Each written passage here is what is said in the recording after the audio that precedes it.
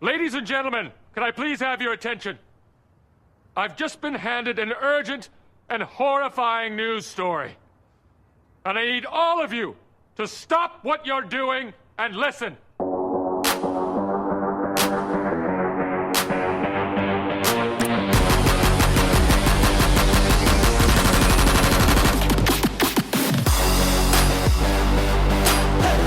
What is going on, Canes fans? I am Mattyicee. He is Caniacs, and this is the Canes Call-In Pod. Caniacs, how you feeling tonight? I'm doing good, my friend. How are you? Oh, man. I got to tell you, I'm feeling really good tonight. We got Canes football back. Canes basketball started up again. And, man, I'm just excited. I am, too. I'm glad we have a game. I was a little nervous because, what was it, Friday or Saturday, they said that they were going to postpone it again because Wake Forest had some COVID issues. But then, FSU came through again and decided not to play. So we're going to play Duke, which I know a lot of people are like, it's Duke, it's not sexy, but hear me out. They beat our asses the last 2 years. Yeah. I'm hoping that we got Derek King, we got Roche, we got Phillips, we got all these boys.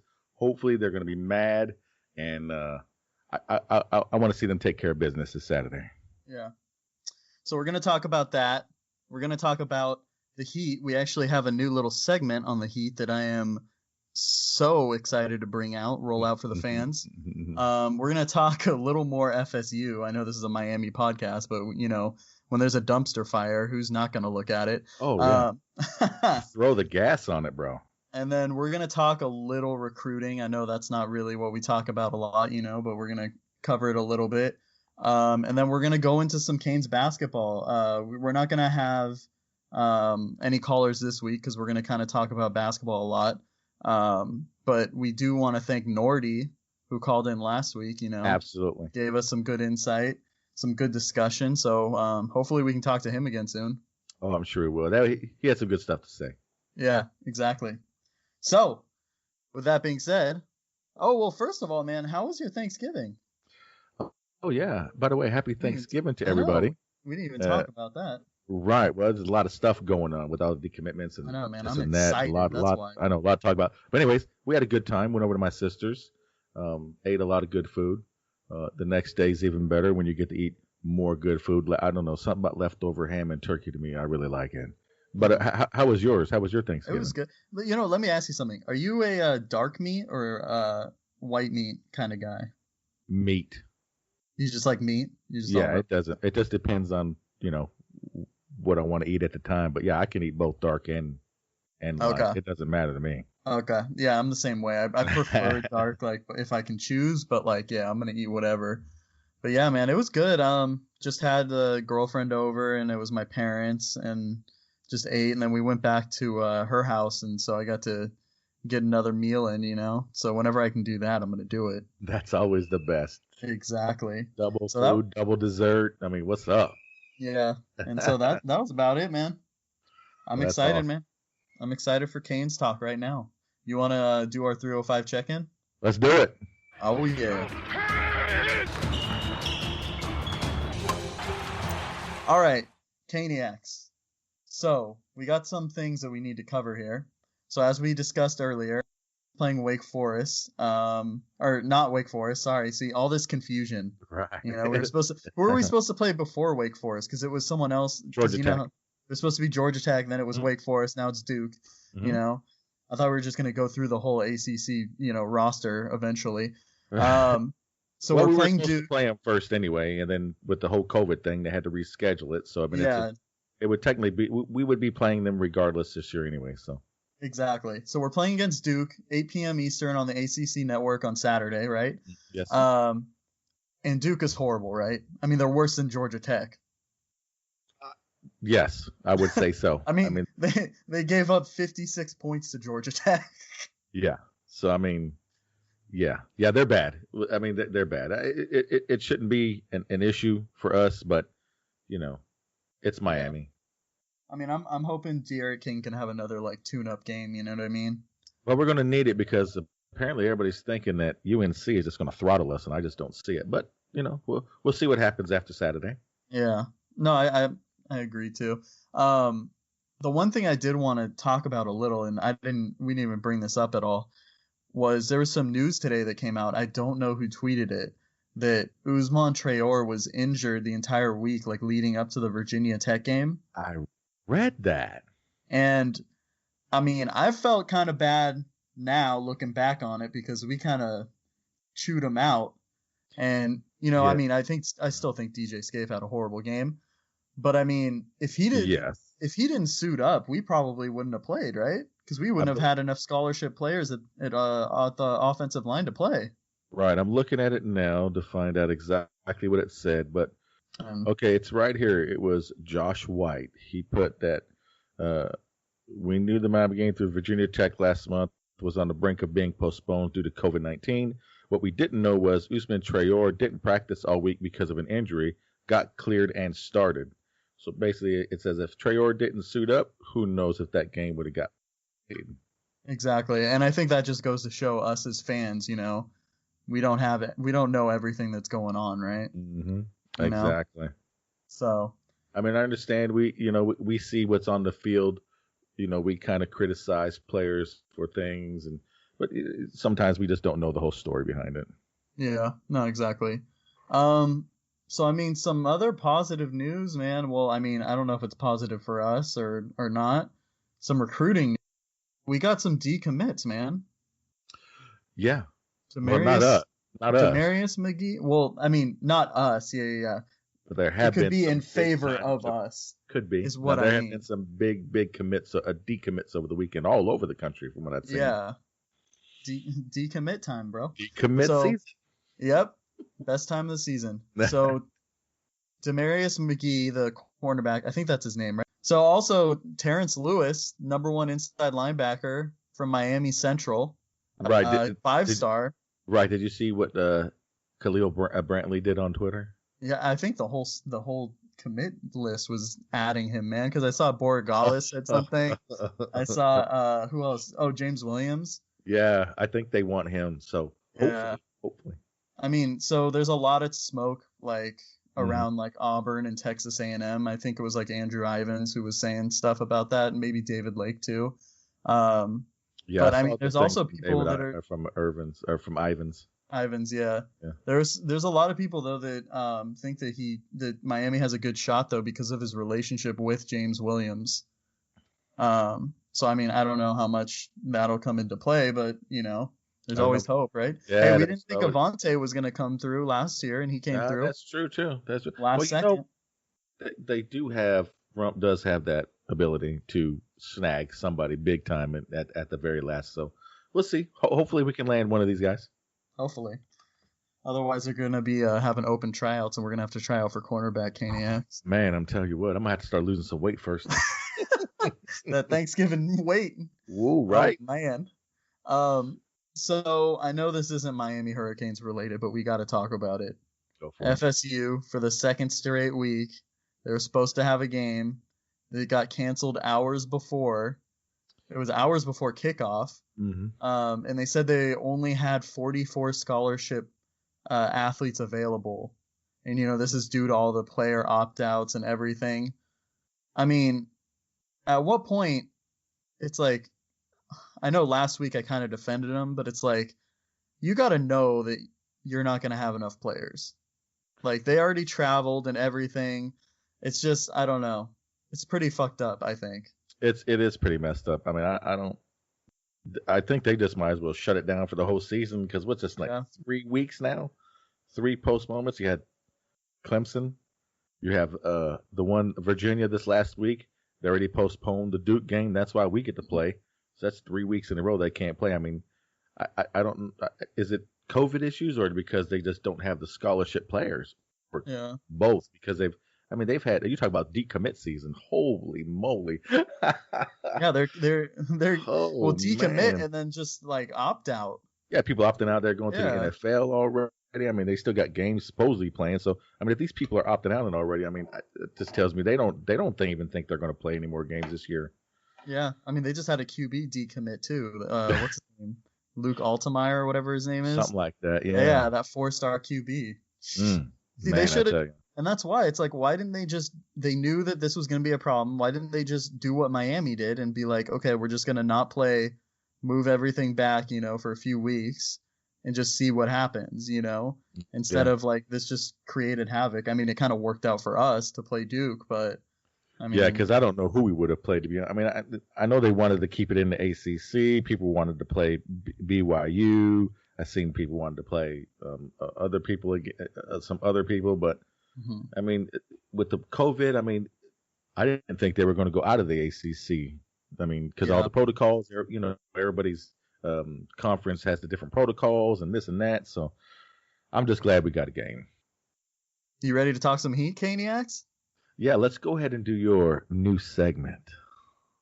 Let's do it. All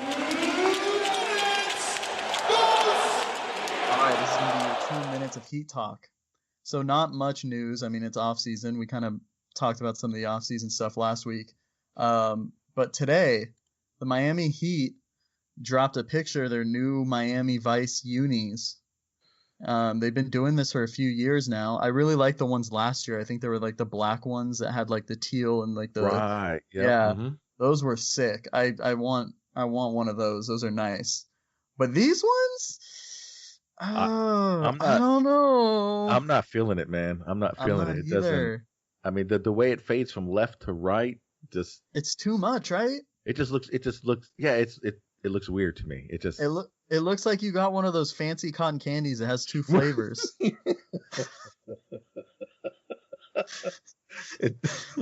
I didn't think about that, but yeah. Yeah, I don't know, man. Funny right there. It's not a good look, bro. I mean, I love the colorway, the whole idea of the Miami Vice, but like, I think that there's got to be some black or some other. Yeah, last like year's uniforms color. were perfect, from what I think, compared to these. Yeah. Oh man, forget about it. Yeah, most definitely. But I mean, uniforms are uniforms, right? Uniforms are uniforms. That's it. Yeah. Let's kind of talk about the guys that are gonna be wearing the uniforms. So I think it was Bleacher Report came out with their power rankings, and so to no one's surprise, my Los Angeles Lakers are number one. Of course. I mean, yeah. Number two was the Clippers, which, I can see that, the amount of talent they had. They added Serge Ibaka. And then number three was the Heat. And they were ranked the number one team in the East, so number three overall. They were right above the Bucks, who came in at 4, and then number 2 in the East. And then the Nuggets were at 5, which, I mean, I think after those 4 teams, it's kind of whoever, you can make an argument for whoever. But people were, saying stuff about like, oh, the Bucks should be, ahead of the Heat, or, the Heat shouldn't be, I'm like, dude, they just made the finals and they made it like with ease. Right. You know what I mean? It's not like it was some sort of fluke or anything. Oh, no, that wasn't a fluke season last year. No, it wasn't. Was Jimmy Buckets. It was Jimmy Buckets, and just, dude, they turned on the defense in the playoffs, man, and Bam was balling, They right. unfortunately had some injuries, I mean, I just think they're the team to beat in the East, and you can't really make an argument either way, They didn't lose too much because, I mean, honestly, Jay Crowder, he didn't play well in the playoffs. He didn't shoot well in the playoffs. Right, and in the finals, wasn't Dragic hurt? Yeah, and he was hurt too. Mm-hmm. And then Derrick Jones Jr., I mean, he left too, but he didn't really play that much. And then they picked up Avery Bradley and Mo Harkless. I mean, I think that they're better off now, honestly, with their draft pick that they got too, that we talked about last week. I mean, so what would make them want to choose the Bucks over the Heat? Something on their lineup? Does the Milwaukee have a better lineup than the Heat, or? You mean fan wise? No, player to player. Well, no, because so the Bleacher Report had the Heat 3 and then the Bucks were 4. Right. But I mean, I could see the argument of like, oh, Giannis is like the best player, Oh, but so to you're me, it's saying like, it was fans that were saying that? Oh, that okay, were saying gotcha. that, yeah. And so, I mean, I can see the argument because I mean, Giannis is a hell of a player, but it's like, are you really the best player in the league when you haven't made it, to the finals? That's just. I mean, yeah. Is he the best player in the league, Giannis? I mean, other than LeBron, I mean. Yeah, well, I mean, obviously, like MVP and best player in the league, are 2 different things, Totally understand. But I mean, there's a lot of people that think he is. I'm not sure about that. I think he's a top 3 player, Okay. but I mean, I don't know. I got you. I mean, I think the Heat are in store for a really good season, even if they don't finish as like the number 1 seed. Like when it comes to playoff time, I think that they have the best. They have the best chance to make the playoffs. Yeah, because they have what it takes, or not to make the playoffs, to make the finals. Sorry, excuse me. Yeah, I think they can make the finals too. Yeah, no, I mean, they're my favorite in the East to win. I mean, barring any like huge trade, or something, right, or injuries. But with as things are now, I would take the Heat over any other team in the East. Yeah, I wouldn't be surprised if it's another Lakers Heat finals again. Yeah, no, I wouldn't either. All right, man. Well, that was our 2 minutes of Heat talk. This was a brand new segment, and I hope you guys like it. I think they will. I mean, It's Heat. It's the Heat, baby. Oh yeah. So, are we gonna take a quick commercial break right now? Yep. Let's go ahead and take a quick commercial break, and on the backslide, let's come back and talk about some Canes basketball. All right, guys, we are back here from break, and I'm super excited because we're gonna talk some Canes basketball. So Caniacs. The Canes got the win, 77-59. It was not the prettiest game in the first half. No, it wasn't. They kind of struggled a little bit. But, I mean, they got the win. That's all that matters. Right. Starting lineup, to no surprise, it was Chris Likes, Isaiah Wong, Cam McGusty, Matt Cross, who I thought had a chance to start, and Nasir Brooks. So right. Well, who do you think played well? I mean, I got to start off with Isaiah Wong because he was just dominant. I got to tell you, 20 points. Really good. Yeah, 20 points on 9 of 14 shooting. He played pretty good defense too. It was on both sides. Oh man, I can't remember when it was. I think it was in the fourth quarter or something, or not fourth quarter, in the second half. He had just like a monster block.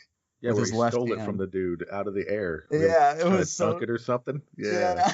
Yeah, that was awesome. I love it. It looked like that. you know, like when Michael Jordan in Space Jam, like his arm extends and he dunks it. I was like, oh shit. Yeah, that was pretty good.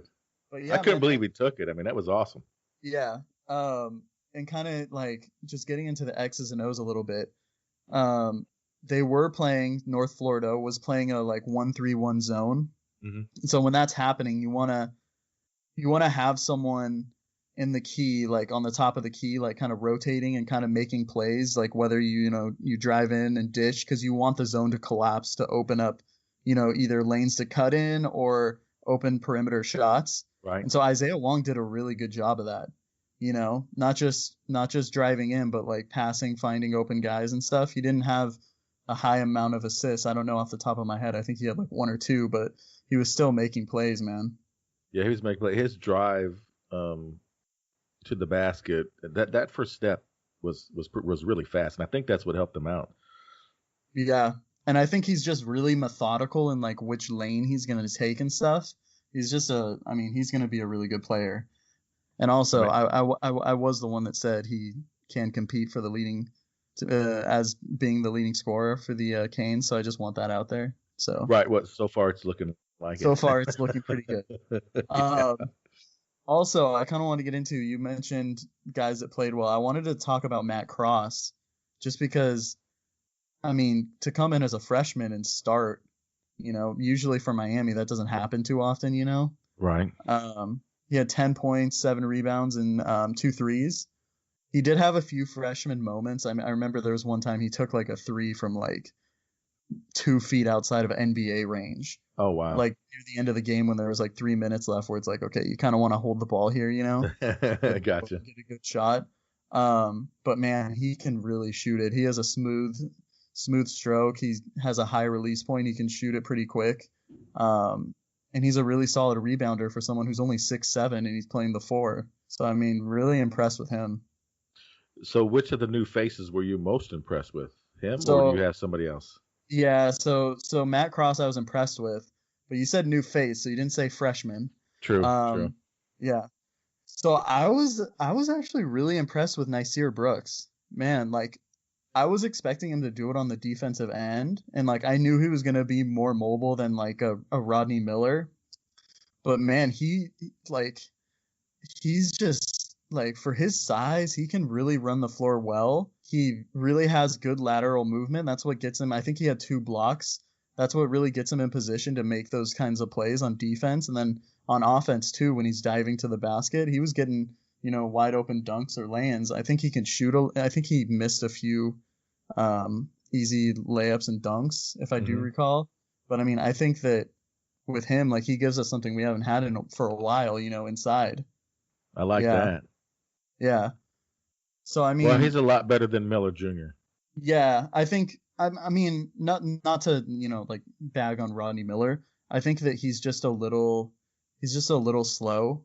He can't really like, on help side defense. He can't really do anything just because, like, laterally, like, his quickness is just not really there as much, But I mean, I think it kind of showed when Nyceer Brooks played almost like, it was like 30 minutes and Rodney Miller played like 5. Right. I mean, you could tell a big difference when Miller was out there and when Brooks was out there. It totally different. I mean, if I'm not mistaken, I think I texted you like almost when in the second half when it was almost over, Miller's stat, and all he had at the time was 1 rebound. Yeah. Yeah.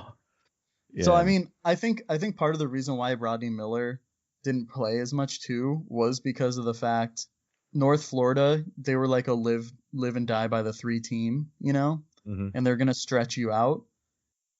Nyceer Brooks has the speed to kind of like, if there's a screen, like, he can switch, and keep up with the defenders, and he can keep up with smaller defenders. Rodney Miller can't really do that. So I think that's kind of why you saw him play in the first half, but he didn't really play in the second. I got you. But yeah, one thing I did want to kind of hone in on though, offensively, at first I was kind of worried just because it was only Isaiah Wong, in the first half. We kind of looked lost on the 1-3-1. And I think it was a mix of, like, we hadn't played a game in a while, and the fact that they were in a 1-3-1. But man, like, offensively, we still, like, we played pretty well, like, outside, because I think last year we really struggled when Chris Likes and Cam McGusty, like, weren't on the court, or it was only one of them. We struggled to find scoring outside of them, and I think everyone really stepped up. There was some scoring, like, across the board. Well, that's good to see, because if you're down to just Likes, and I mean, all they got to do is just keep double teaming, and nobody else is going to shoot or anything. I mean, it kind of makes it easy for the other team. Yeah, and I mean, Likes did struggle offensively, but he actually played pretty well defensively. He had 3 steals. I mean, we talk about him struggling offensively. He was 3 of 13. But man, like, when he gets it going, and McGusty, who didn't really have that good of a game too, he had a lot of problems with turnovers. I think that this offense is going to be really good. Yeah, Likes is fast on his defense. I mean, he stole that. It was in the first half. I want to say probably about 10 minutes in, North Florida was going down the floor. He was running right beside him. And then all of a sudden, he just darts off to the right and takes the ball right from him, jumps down there and slams it. I was like, that was awesome. Dude, he's a major pest. Gotta say that. Yeah, he is. I was impressed with Harlan Beverly in some ways. I was impressed with him defensively. He played the passing. He played really good off-ball defense. He played the passing lanes really well. He had 3 steals, and I think he rebounded really well too. He had like 11 rebounds, which was kind of surprising. It was his first double-double of his career. That's awesome. Yeah, so if he can continue that, that's going to be a lot of help for the Canes, because they struggled defensively a lot last year. Yeah, their rebounding, if I'm not mistaken, I don't remember the exact stats, was really, really bad. Yeah, they were probably, them and I think Wake Forest were the worst teams in the ACC defensively. So let's kind of talk some things that I saw that weren't the best, but we either made improvements or, like, I see us making improvements. So as we stated before, North Florida, they live and die by the 3. They were 9 of 21 in the first half, which is like 43%. We did not, oh my God, we did not defend them well at all. When you're playing defense and when you score on offense as a team, so like the Canes, and you get back on defense, there should be no excuse for a 1-pass-3 and they're wide open. Like that happened so many times. I think it happened like not on 5 straight possessions, but they got like 5 straight open threes just on that. And I think that's just like a lack of focus, whether it was like, this is the first game or, it was they just weren't ready to play, or whatever. It was not good. Right. And especially, oh man, that one white guy that was just throwing them up in the first half. I forgot the his dude name. with the long hair and the ponytail? No, not the man bun. No, it was the man bun, sorry. The number 3. It was the number 3 guy. I can't remember his name right now, but he had I think he had almost a career high in points or something. But I mean, I do think in the second half, like we shut them down. That wasn't a problem. They were 3 of 19. Yeah, just so you know, they were 3 of 19, which is like 16% in the second half. Kind of locked it down, honed in the defense, were more focused, And I think on the offensive side, we said this before, but they struggled against that 1-3-1 zone. I don't know what the guys on ACC Network were freaking talking about. One of them was like, "Oh, they're playing an extended 2-3 zone." And I'm like, I don't see 2 guys up there. What the hell are you smoking? Right. Like, they were calling it from their house. Yeah, I mean they probably were watching the wrong game, knowing them. It could be. But I mean, a lot of the points, because I mean we were struggling in the half court. A lot of the points were coming in transition, But the only thing with that was, I think in transition we could have even been more efficient because we did have a lot of turnovers, And that leads me to my next point of like, man, Cameron McGusty and Harlan Beverly, man, they racked them up, the turnovers last game, man. They had 10 out of the team's 16 total turnovers. Wow. And there's some plays like, oh my God, it just pissed me the hell off. McGusty traveled 2 straight possessions. I saw that. Yeah, in the first quarter. And I'm just like, what are you doing, man? And then literally like 2 plays later, he was throwing the ball in and he stepped over the line. Mm-hmm. I'm like, what are you doing? And that just, it's especially the throwing the ball in while you're over the line. Like, that's just like, come on, that's a lack of focus. Yeah. Like, there's no reason for that. And then kind of speaking on Harlan Beverly, he kind of had there was a 3-on-1 like transition opportunity, and he just like ran straight into a defender, and it was like an obvious charge where I'm like, dude, if you just would have made a pass or something, we would have got an easy 2 points. But instead of it's a swing and it's going the other way. You know what I mean? Yeah. Well, hopefully playing against other competition, you know how it is. You get bored playing with the same people all the time, and hopefully that they'll work this out. Yeah. I hope so too. I mean, it's only the first game. Right. So, I mean, I think there's a lot. Well, let me ask you something. Mm-hmm. Well, since you talked about the problems that the Canes had last year on defense, the lack of depth and the consistent scoring from the players outside, like of, McGusky and likes. I mean, and like you just said, it's the first game, but do you think that these problems are resolved yet? So I think that they're making progress in some areas. In terms of defense, I mean, we got to say too, you got to take it with a grain of salt because they played North Florida, Understood. ACC is the best, or, one of the best divisions when it comes to basketball conferences. I mean, I got to say defensively, the second half, they impressed me more so. In terms of individuals, Harlan Beverly impressed me. We talked about that. Isaiah Wong played pretty well. Nasir Brooks, I'm not really worried about interior defense. I think it's going to be more perimeter, We gave up a lot of threes last year, which I think that was because we had to play more zone. And whenever you're playing zone defense, you're just going to give up more threes because there's going to be more open shots on the perimeter. So that's just the way the rotations work. Mm-hmm. But I think that we still have to see what Cam McGusty can do, because I think he kind of struggles sometimes on the defensive end. And then if Harlan Beverly can keep this up too, Because I mean, just because we saw it from him one game doesn't mean anything, It's promising. It's got to be consistent. I understand. Because with him, it was never, due to ability. It was more so due to just being focused and not being lazy. Right, I got you. I mean, I got you. It happens. But I mean, he has all the athletic ability to be a good two-way player. So I mean, I fully expect him to.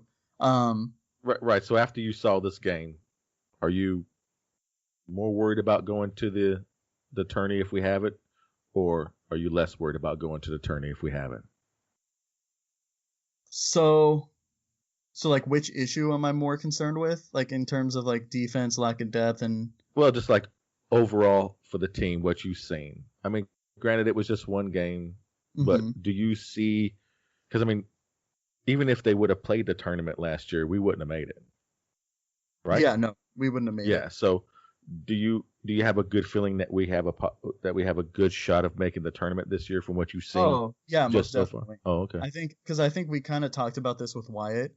The top 4 teams, I think we kind of all know who they are. Although I know Virginia just lost a game to someone who was not a good team. I can't remember who it was. But I mean, I still think they're going to be a top 4 team because they have some really good players. I think outside of that 4, Miami can finish anywhere from like 5 to, I would think 5 to like 7. Okay. And usually in the ACC, like it's usually like 6 to 8 teams make the tournament, just depending on how good the ACC is, So I mean, I don't know how it'll be this year, just because there's not as many non-conference games too, so you have to take that into account. Gotcha. So, but I mean, you talked about lack of depth, right? That was one of the other things you had brought up. I think that this is probably one of the deeper teams we've had. I mean, definitely in the past 3 years, probably. I would say. Okay. Or has the potential to be, just because like, man, these freshmen can make an immediate impact.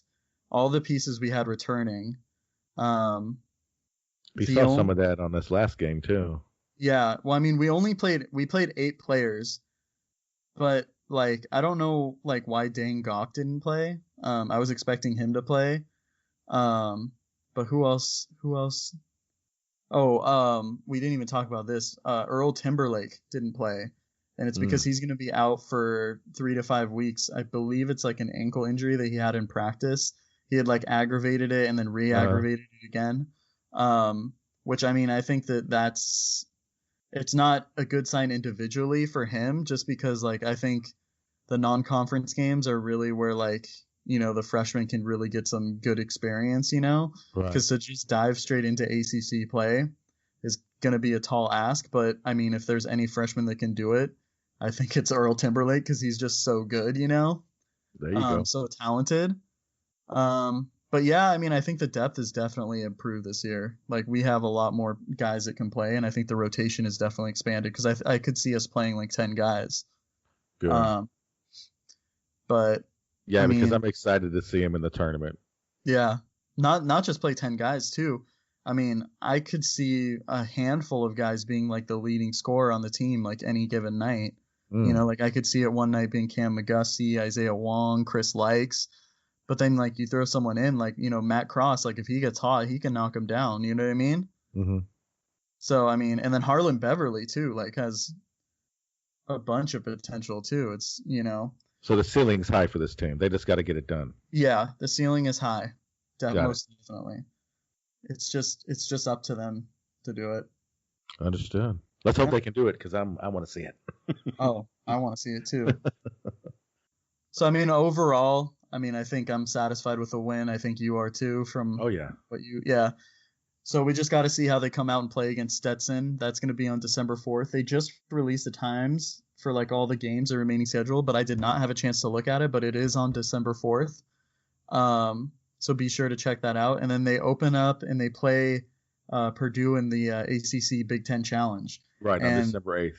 Yeah, and we do have a surprise guest for that. We have someone coming in from the Purdue side. Yeah, so I'm really excited. But yeah, so with that being said, let's take a quick commercial break and we'll come back with Wardens Winners. Oh yeah, I'm excited about that one. Oh, Let's yeah. go. What is going on, guys? We're joined here by Warden, and we're getting ready for the second installment of Warden's Winners. And, all I have to say is if you listened to him last week, your pockets are a lot fatter. Okay? That's all I'm saying. Yeah. So, Warden, you wanna kind of just recap what happened? Yeah, appreciate again having me on, and I really do hope everybody followed and didn't fade this weekend, because if you faded, you were 0 for 3, because we went 3 for 3, hit the 3-team parlay. First game was Iowa State in Texas, and kind of like we talked about before, getting 1.5. When I went to place the bet, it was only a half point, so I took the money line. Not much difference in the odds there, so I took them straight up. They ended up winning straight up. Texas missed a game-tying field goal about 54 yards at the end of the game. So Iowa State covered the 1.5, won straight up. So we were 1 for 1. We were thumbs up. We were feeling pretty good. And Notre Dame was kind of shaky at first. North Carolina, they came to play. North Carolina showed up a lot more than I thought they were going to.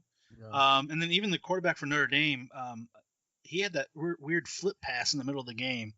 And to me, when I saw that as a bettor, you're just thinking, oh, that's going to be a pick 6, because he just throws it running, to the side. After that, he just kind of took over, had no trouble. They covered by, they had the 14. They easily covered by 5.5. And then Clemson, that's a pretty easy one. We said it was going to be by 30. It was by 35.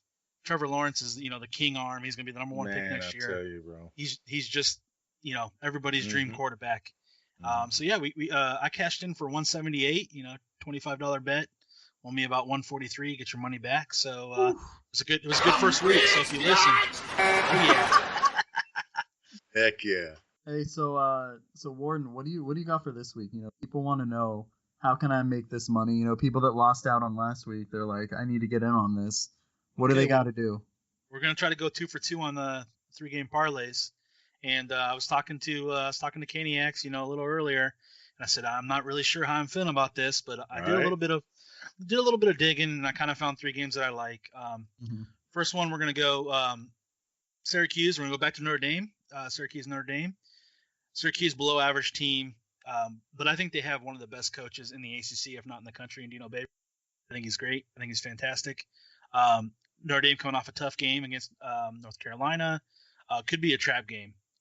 Notre Dame has to cover 33.5 points this game. That is a lot of points. Syracuse is only getting beat on average by 2 touchdowns.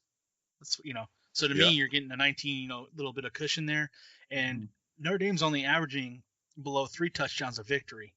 So if you think about that, anywhere between 17 and 24 is that sweet spot for me for Notre Dame Syracuse. Obviously, if they hit the 17-24 win, Syracuse still covers. It could be a dangerous trap game too. I'm not saying Syracuse comes out and wins. It could be one of those scary games that you go, 33 points, that's easy. Why don't I just take the money line? I would stay away from the money line. I would just take the 33 points and just be happy. Gotcha. That's kind of that's my lock of the 3. If I'm going to say I have a lock this week, Clemson was DC. They're going to go play Virginia Tech. Not much better than Pitt. We're just going to put it that way. This is another 30-point win by Clemson. They're only giving up 21.5 this game, so it's 2 less points than they had to cover last week. Clemson's margin of victory is 27.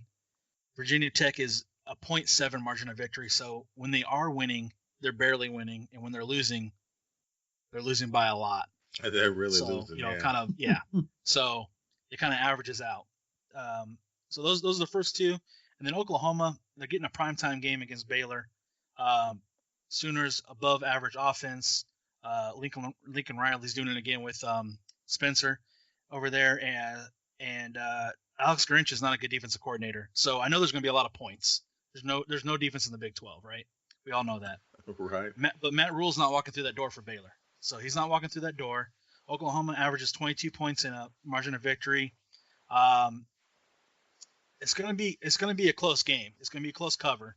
I believe they win by 24, so I do believe, they sneak that back door. Maybe Oklahoma hits a field goal at the end to get from 21 to 24 and we cover. So I'm thinking Syracuse plus 33.5, Clemson minus 21.5, And then Oklahoma minus 21.5 should get you right around 6-1 odds again for a nice payout if you hit it. Well, there you go. I hope you guys are all paying attention. Write this down. I'm about to throw some money down right now. Yeah, and these are all FanDuel Sportsbook odds. They have an app, obviously. Checking your local state if it's legal. I have to make a trip over to Indiana to be able to be legal and responsible. If the weather holds up over here in Sunshine, Ohio during the winter, I'm confident enough I put my own money on this, and I'm hoping to make it over to Indiana sometime this week to maybe go 2 for 2 myself. There you go. That would be my Wardens Winners of the week. Warden Winners.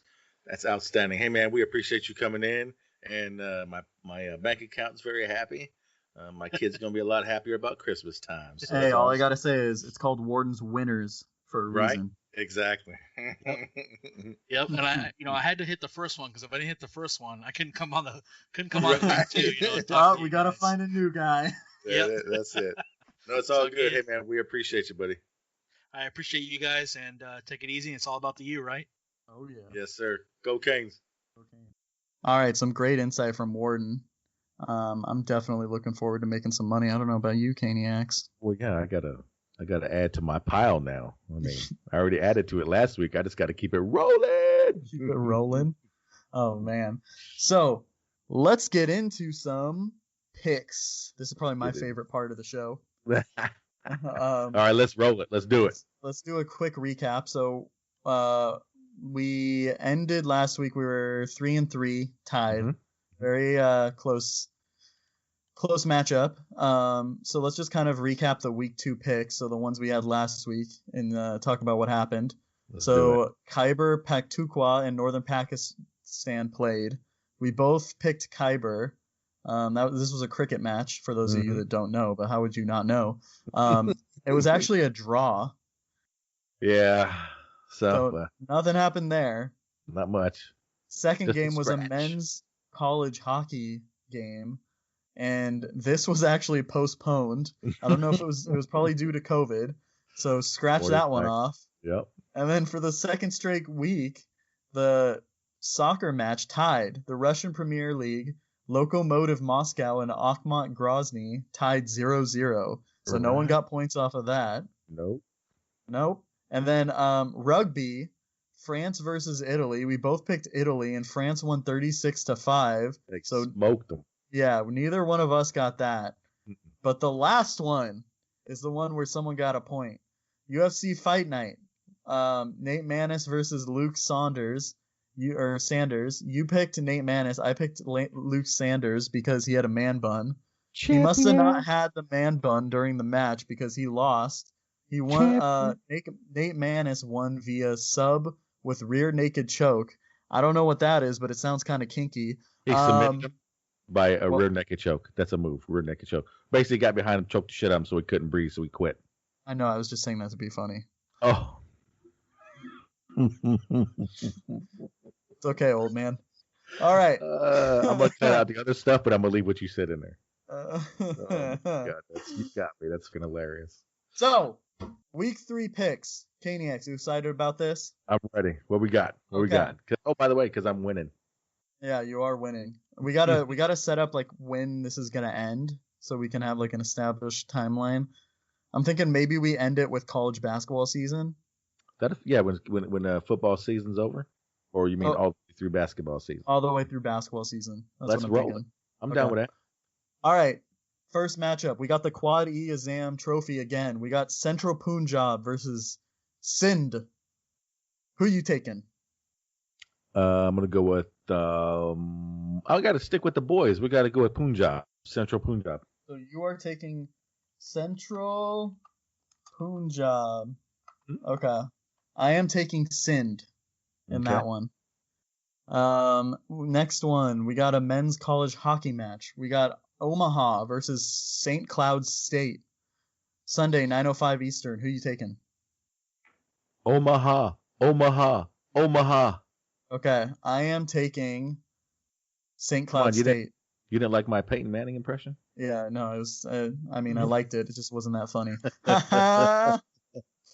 I'm just messing with you, man. Story of my life, bro. All right, next up, I'm really excited about this one. We got Romanian soccer. We got VC Argus versus Dynamo Bucuresti. I know who I'm taking. I'm taking Dynamo. Okay, I can't even say that, so I'll go with the football club, Argus.